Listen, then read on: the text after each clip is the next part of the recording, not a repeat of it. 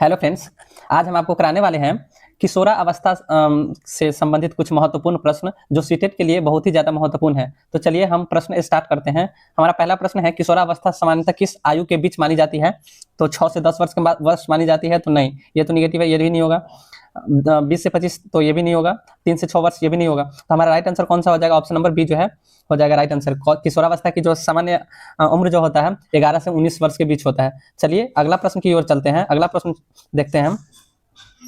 अगला प्रश्न है हमारा, किशोरावस्था में सबसे अधिक कौन सा परिवर्तन होता है? केवल शारीरिक परिवर्तन होता है? तो नहीं, शारीरिक परिवर्तन नहीं होता है, ये गलत हो जाएगा आपको।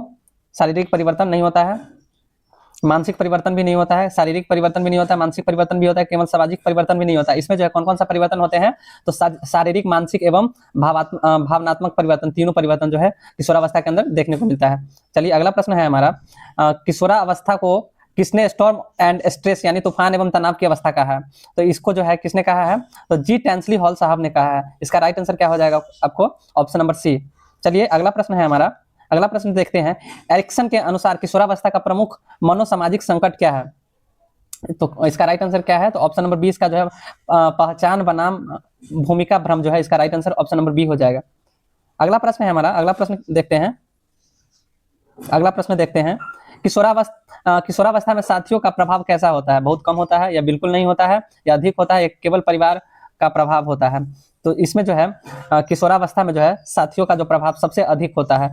ये भी गलत है, ये भी गलत है, और ये भी गलत है। इसमें जो है किशोरावस्था के अंदर जो है लोग जो है अपने साथियों से ज्यादा सलाह, अपने परिवार के तुलना में साथियों से ज्यादा जो है सलाह लेना उचित समझते हैं। तो इसका राइट आंसर कौन सा हो जाएगा? ऑप्शन नंबर सी यानी।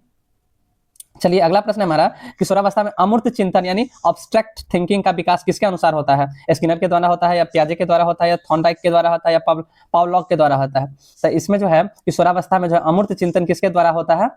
तो पियाजे के द्वारा जो है अमूर्त चिंतन होता है। पियाजे ने ही जो है 4 अवस्था दिया था। कौन कौन सी अवस्था दिया था इन्होंने जो है पहला अवस्था दिया था संवेदी गामा। पहला अवस्था कौन सा हो जाएगा आपको? पहला हो जाएगा संवेदी गामा, संवेदी गामा। दूसरा है दूसरा कौन सा है अवस्था? पूर्व संक्रियात्मक अवस्था, पूर्व संक्रियात्मक अवस्था। तीसरा हो जाएगा मूर्त संक्रियात्मक, चौथा हो जाएगा अमूर्त संक्रियात्मक। तो इन्होंने 4 अवस्था दिया था। और पहला अवस्था का जो है पहला अवस्था कितना से कितना वर्ष तक हो जाएगा? 0 से 2 वर्ष। पहला अवस्था कितना से कितना साल? 0 से 2, फिर 2 से 7, फिर 7 से 11, ये, और फिर 11 से 19।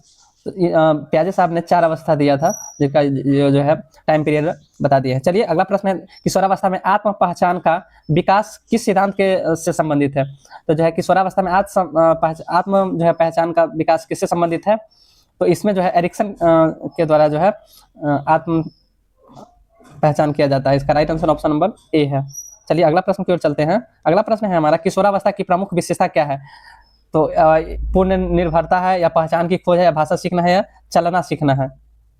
तो इसमें जो है किशोरावस्था के दौरान जो है बच्चा जो क्या करता है? पहचान की खोज करता है। इसमें जो है अपना पहचान बनाना चाहता है कि घर परिवार से सलाह कम लेना चाहेगा, अपने मित्रों से ज्यादा सलाह लेना चाहता है, और अपने परिवार के परिवेश में बहुत ही कम रहना पसंद करते हैं, और अपने साथियों मित्रों के साथ जो इस अवस्था में जो है ज्यादा रुचि रहता है उन लोग किशोरावस्था वाले बच्चों को। तो चलिए अगला प्रश्न देखते हैं। अगला प्रश्न हमारा, किशोरों के शिक्षण में सबसे उपयुक्त तरीका कौन सा है? रटने पर जोर देंगे तो ये तो निगेटिव है, पहले ही कट जाएगा, ये नहीं हो सकता। दंड देना ये भी कर जाएगा, ये भी गलत है। केवल व्याख्यान ये भी निगेटिव है। तो इसमें राइट आंसर कौन सा हो जाएगा हमारा? ऑप्शन नंबर सी यानी चर्चा समस्या समाधान पर आधारित शिक्षण जो है किशोरावस्था के बच्चों को हम देंगे। चलिए नेक्स्ट प्रश्न हमारा, किशोरावस्था में भावनाएं सामान्यतः कैसी होती है? स्थिर होती है, परिवर्तनशील होती है, समाप्त हो जाती है, कोई परिवर्तन नहीं होता है? तो किशोरावस्था के दौरान जो है भावनाएं जो है परिवर्तनशील एवं तीव्र होती है, जो कि ऑप्शन नंबर बी में दिया गया है।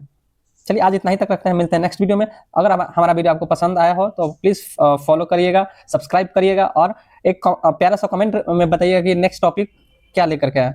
तो चलिए आज इतना ही तक रखते हैं, मिलते हैं नेक्स्ट वीडियो में, तब तक के लिए बाय बाय।